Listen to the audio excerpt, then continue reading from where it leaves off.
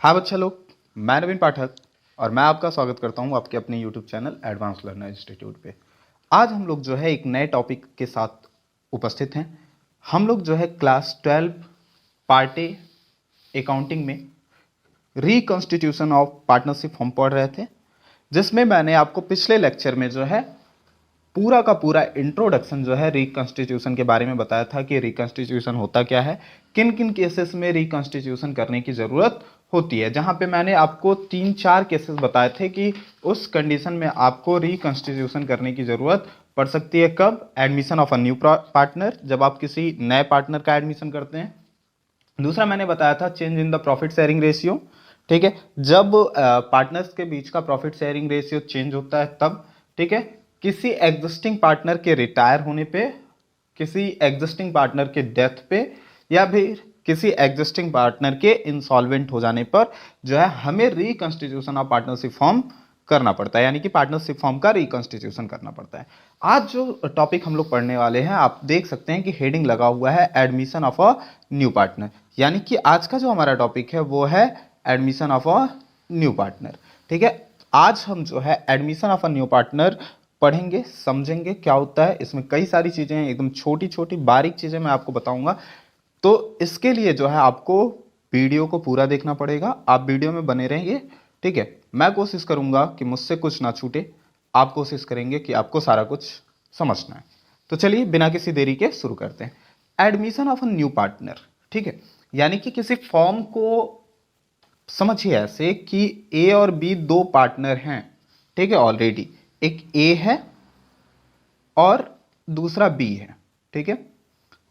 अब इन्हें जो है नए पार्टनर की आवश्यकता कब होगी, ठीक है। ये सी को क्यों पार्टनरशिप में ले आने की कोशिश करेंगे। अब इसके पीछे दो चीजें हो सकती हैं। या तो इन्हें किसी एडिशनल कैपिटल की जरूरत है, किसकी, या तो किसी एडिशनल कैपिटल की जरूरत है, या फिर किसी मैनेजरियल हेल्प की जरूरत है, या फिर दोनों की, ठीक है। कि सी के आने से एडिशनल कैपिटल भी आ जाएगा और मैनेजरियल हेल्प भी मिल जाएगी। तो इस कंडीशन में नए पार्टनर का क्या किया जाता है, एडमिशन किया जाता है, ठीक है। तो लिख सकते हो कि एडमिशन कब होगा, when forms require additional capital, additional capital और मैनेजरियल हेल्प, और मैनेजरियल हेल्प, और बोथ ऑफ देम, ठीक है, और both of both for the expansion of his business, for expansion of his business, ठीक है। तो ये केसेस हो सकते हैं जब आप किसी पार्टनर को क्या कर सकते हो, पार्टनरशिप फॉर्म में, ठीक है, ऐड करते हैं हम, या उसे नया पार्टनर बनाते हैं, एडमिशन करते हैं।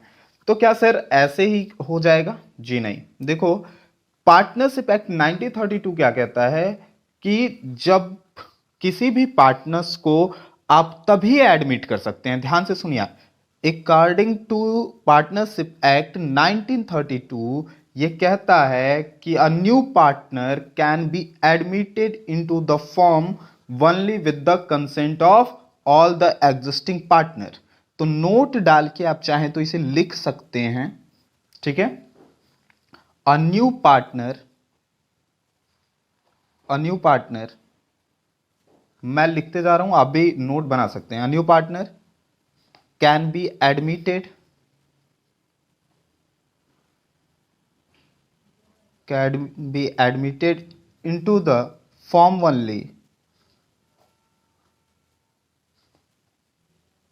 only with the consent of all partner, with the consent of all partner, ठीक है। जब तक सभी पार्टनर का कंसेंट नहीं है तब तक आप जो है किसी नए पार्टनर को एडमिट नहीं कर सकते। ये कौन कहता है? पार्टनरशिप एक्ट 1932, ठीक है। ऐसा नहीं है कि ए चाहता है सी को लाना लेकिन बी नहीं चाहता है। तो सी को एडमिट नहीं किया जा सकता जब तक कि ए और बी दोनों एग्रीड ना हो। ठीक है, अब देखो कुछ ऐसी चीजें हैं कि अब यहां आती है कि असर सबको नहीं, कुछ लोगों को हम एडमिट नहीं कर सकते। ठीक है, तो लिख सकते हो, ठीक है, इंडिविजुअल्स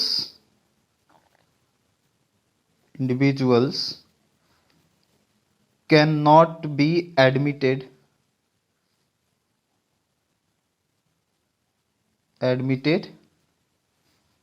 एज न्यू पार्टनर। कौन नहीं आ सकता भाई न्यू पार्टनर के रूप में? सर इस पे भी कोई रूल है? हाँ बच्चा लोग, बिल्कुल रूल है कि आप किसे जो है न्यू पार्टनर के रूप में नहीं ले सकते। पहला तो person of unsound mind. Unsound mind मतलब पागल व्यक्ति, विक्षिप्त व्यक्ति। पर्सन ऑफ अनसाउंड माइंड यानी कि किसी पागल को आप अपने जो है फॉर्म में एडमिट नहीं कर सकते। किसी जो अनसाउंड माइंड है, जिसकी मानसिक स्थिति सही नहीं है, या उसी को हम लूनाटिक पर्सन भी बोलते हैं, तो आप उसे जो है एडमिट नहीं कर सकते। दूसरा, आप जो है किसी इंसॉल्वेंट को जो है पार्टनरशिप में नहीं ला सकते।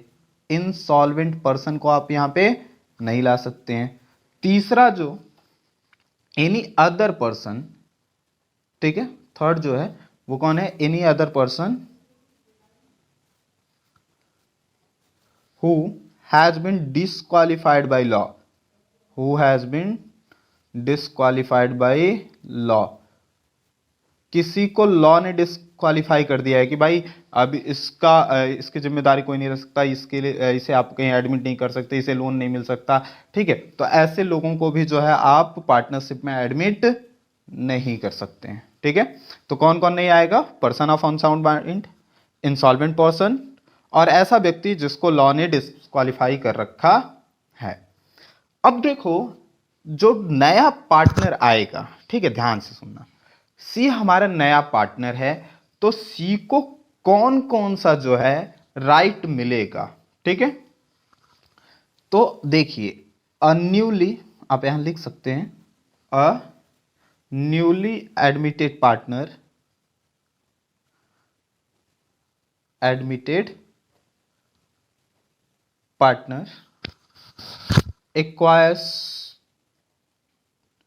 acquires two main rights. उसे दो राइट मिलते हैं। ठीक है, जो मेन है, बाकी तो छोड़ दीजिए। ठीक है, पहला क्या है? पहला राइट उसको क्या मिलता है? फर्स्ट राइट उसको मिलता है right to share the asset of the partnership. Right to share the asset, ठीक है, एसेट शेयर करने की राइट है। ठीक है, अभी आगे और बात करते हैं इस पे। दूसरा जो है right to share the profit. Right to share the profit, उसे प्रॉफिट शेयर करने का भी पूरा राइट है। अच्छा, क्या सर उसे ऐसे ही हम राइट दे देंगे? ठीक है, नहीं बच्चा लोग, इसके लिए भी कंडीशन है। क्या तुम किसी ऐसे व्यक्ति को अपने पार्टनरशिप में शामिल करोगे जो ना कैपिटल ला रहा है, ना गुडविल ला रहा है, ना उससे कोई आपकी मैनेजरियल हेल्प होने वाली है?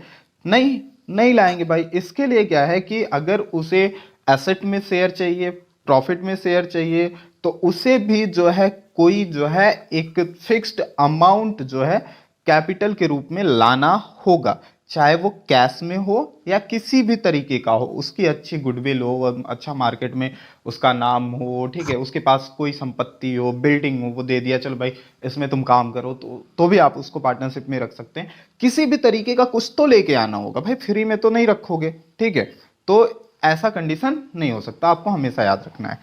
अब एक केस बहुत मायने रखता है, प्रीमियम फॉर गुडविल क्या होता है? ठीक है, समझो कि हमने ए और बी और सी ने तीन, ए और बी पहले से पार्टनर्स थे, हमने डिफिनीशन लिया पीछे। ठीक है, समझते चलिए।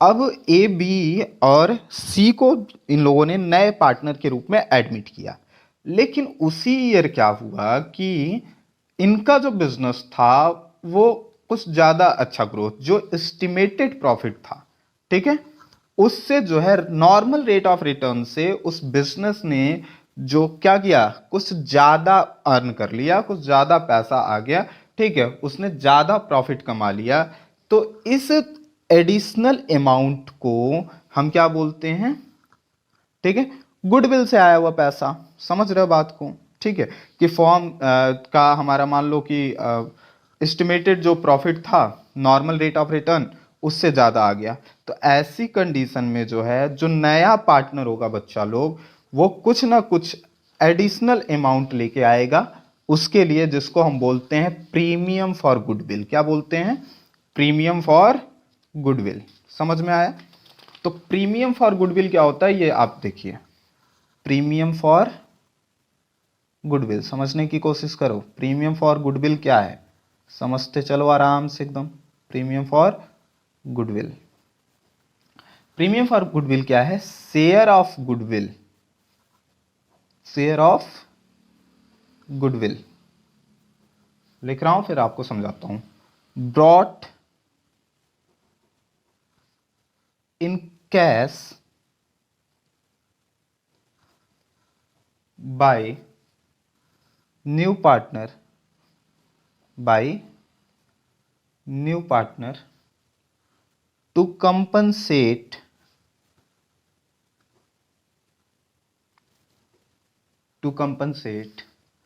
the existing partners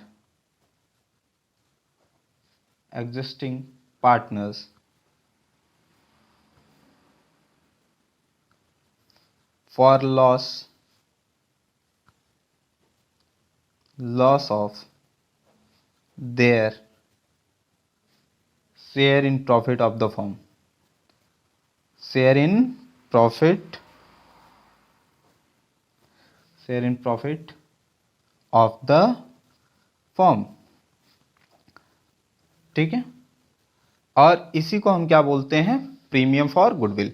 समझने की कोशिश करो कि ए और बी ने दिन रात मेहनत करी, खूब मेहनत करा, अच्छे से काम करा, खूब मेहनत करी, अच्छे प्रोडक्ट बनाए, अच्छा मार्केट कवर किया, सब कुछ किया, ठीक है। और उसके बाद उन्होंने जब सी को अपने पास ले आए, तो उस साल जो है उनकी जो कंपनी थी या उनका जो फॉर्म था उसकी गुडविल मार्केट में अच्छी हो गई, जिसकी वजह से उसे और फायदा मिला।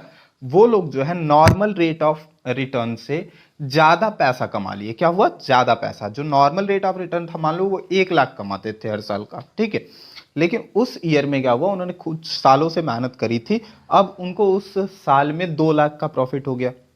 तो अब ऐसा हुआ जब, तो क्या करेंगे, जो नया पार्टनर है क्या उसको हम ऐसे ही पैसा दे देंगे उसमें, नहीं भाई, उसने कोई कंट्रीब्यूशन तो करा नहीं है, लेकिन उसको उसमें शेयर मिलेगा ही मिलेगा। तो अब इस शेयर मिलने पे जो पुराने हमारे पार्टनर हैं उन्हों को लॉस होगा। क्या होगा, उनको लॉस होगा। क्यों, क्योंकि अभी वो 2 रहते तो उनके 2 में ही बचता, और जिस रेशियो में वो बांट रहे थे वो रेशियो भी नहीं है, ठीक है। तो इस कंडीशन में कंपनसेट करने के लिए जो नया पार्टनर है उसको भी अलग से पैसे देने पड़ते हैं, अलग से कुछ कैश में दिया जाता है। इसी को हम बोलते हैं प्रीमियम फॉर गुडविल, ठीक है। क्या बोलते हैं, प्रीमियम फॉर गुडविल। तो गुडविल के लिए कुछ पैसा लेके आओ, ठीक है, कैपिटल तो लेके आओगे ही लेके आओगे, ठीक है, या मैनेजरियल हेल्प लेके आओगे, कुछ भी लेके आओगे, लेकिन अगर गुडविल अच्छी हो गई कंपनी की, ठीक है, उसने गुडविल में से ज्यादा पैसा कमाया, तो प्रीमियम फॉर गुडविल भी आपको देना है। पुराने जो हमारे जो पुराने जो पार्टनर हैं उनको कंपनसेट करने के लिए, उन्होंने जो लॉस खाया अपने शेयर में उसको कंपनसेट करने के लिए, ठीक है, समझिए। तो निकालेंगे। अब इनको भी ऐसा नहीं है कि नए पार्टनर्स को इसमें से हिस्सा नहीं मिलेगा, मिलेगा। वो कैसे निकाला जाएगा, देखिए, new partner's share of goodwill, new partner's share of goodwill is equal to goodwill of the form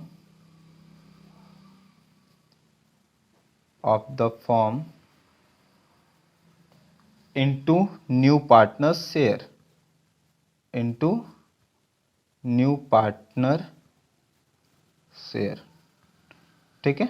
इसे समझते हैं एक एग्जांपल लेके, ठीक है। हमारे ए और बी जो है एक पार्टनर थे, ए और बी दो पार्टनर थे, ठीक है। इनके बीच का जो प्रॉफिट शेयरिंग रेशियो था बच्चा लोग, वो था 5:3 का। कितने का प्रॉफिट शेयरिंग रेशियो था? 5:3 का, ठीक है। अब इन्होंने क्या किया, इन्होंने सी को एडमिट किया। किसको? दे एडमिटेड सी एज न्यू पार्टनर, ठीक है। अब इन्होंने सी को न्यू पार्टनर के रूप में तय किया और उन्होंने कहा कि ठीक है, जो शेयर इन द प्रॉफिट होगा, शेयर इन द प्रॉफिट, वो इन्होंने कहा कि तुम्हारा जो है शेयर इन द प्रॉफिट, मान लो कुछ भी, ठीक है, 1/6 होगा। इन्होंने उससे कहा कि एग्रीमेंट में कि तुमको शेयर ऑफ प्रॉफिट 1/6 मिलेगा, ठीक है।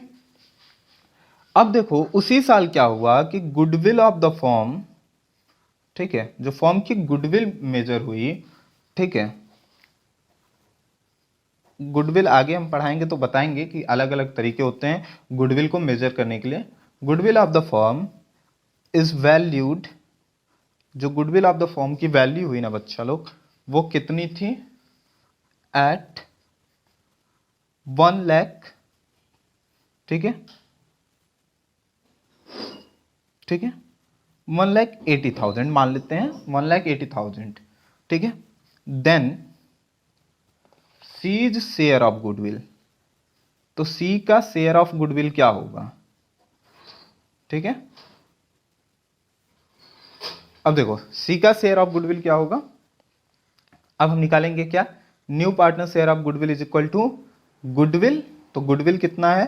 1,80,000 इंटू, ठीक है, और फॉर्मूला क्या बताया? न्यू पार्टनर शेयर, तो न्यू पार्टनर शेयर कितना है? 1/6, तो इससे 6 को डिवाइड कर दो, ठीक है, कितना आया?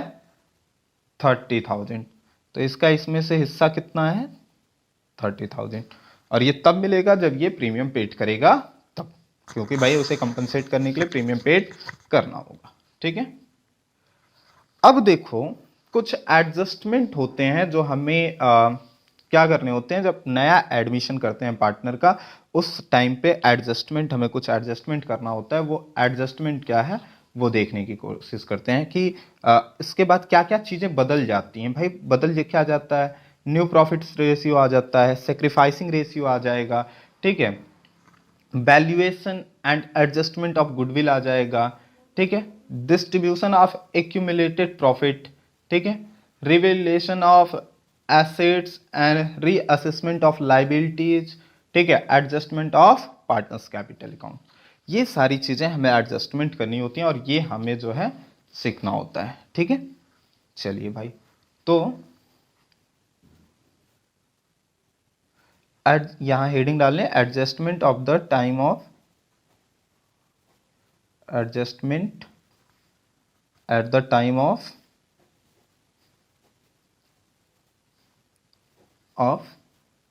एडमिशन। एडमिशन के समय पे कौन कौन से जो है एडजस्टमेंट आपको करने होते हैं, ठीक है, वो समझने की कोशिश करते हैं। तो पहला क्या है? पहला आपको न्यू प्रॉफिट शेयरिंग रेशियो। भाई प्रॉफिट शेयरिंग रेशियो क्या हो जाएगा? बदल जाएगा, न्यू प्रॉफिट शेयरिंग रेशियो। अब जब नया प्रॉफिट शेयरिंग रेशियो आएगा तो उसमें कुछ सेक्रीफाइस भी करना होगा, जिसको हम सेक्रीफाइसिंग रेशियो बोलते हैं, एंड सेक्रीफाइसिंग रेशियो अभी हम बताएंगे कि क्या होता है सेक्रीफाइसिंग रेशियो, ओके। दूसरा होता है valuation and adjustment of goodwill, valuation and adjustment of goodwill,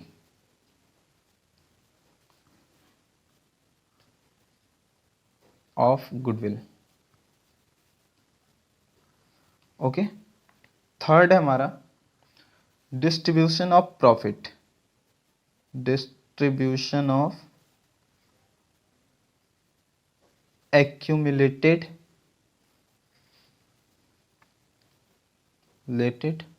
profit, ठीक है। अगला हमारा क्या है? Revaluation of asset. भाई हम एसेट का रीवैल्यूएशन करेंगे, उसी के हिसाब से तो नए पार्टनर से मांगेंगे कितना कैपिटल लेके आओ, रीवैल्यूएशन रीअसेसमेंट, ठीक है। तो एसेट का रीवैल्यूएशन होता है और लाइबिलिटी का रीअसेसमेंट होता है, ठीक है, आप याद रखेंगे रीअसेसमेंट, ठीक है। तो revaluation of assets and reassessment of liability, ठीक है, लाइबिलिटी यहां समझ लीजिएगा, ठीक है, ये लाइबिलिटी मैंने लिखी है, ठीक है, लास्ट में। उसके बाद से होता है adjustment of partners capital account, ये चीजें होती हैं। कल हम लोग कल के लेक्चर में पढ़ेंगे new profit sharing ratio and sacrificing ratio, ठीक है। उस पर जो है एक दो क्वेश्चन लगाएंगे और फिर जो है धीरे धीरे अपने लेक्चर को आगे बढ़ाएंगे। अगर आपको वीडियो पसंद आया हो तो चैनल को लाइक, सब्सक्राइब और शेयर करना ना भूलें। ऑल द वेरी बेस्ट, घर पे पढ़ाई करते रहिए, मिलते हैं अगले वीडियो में।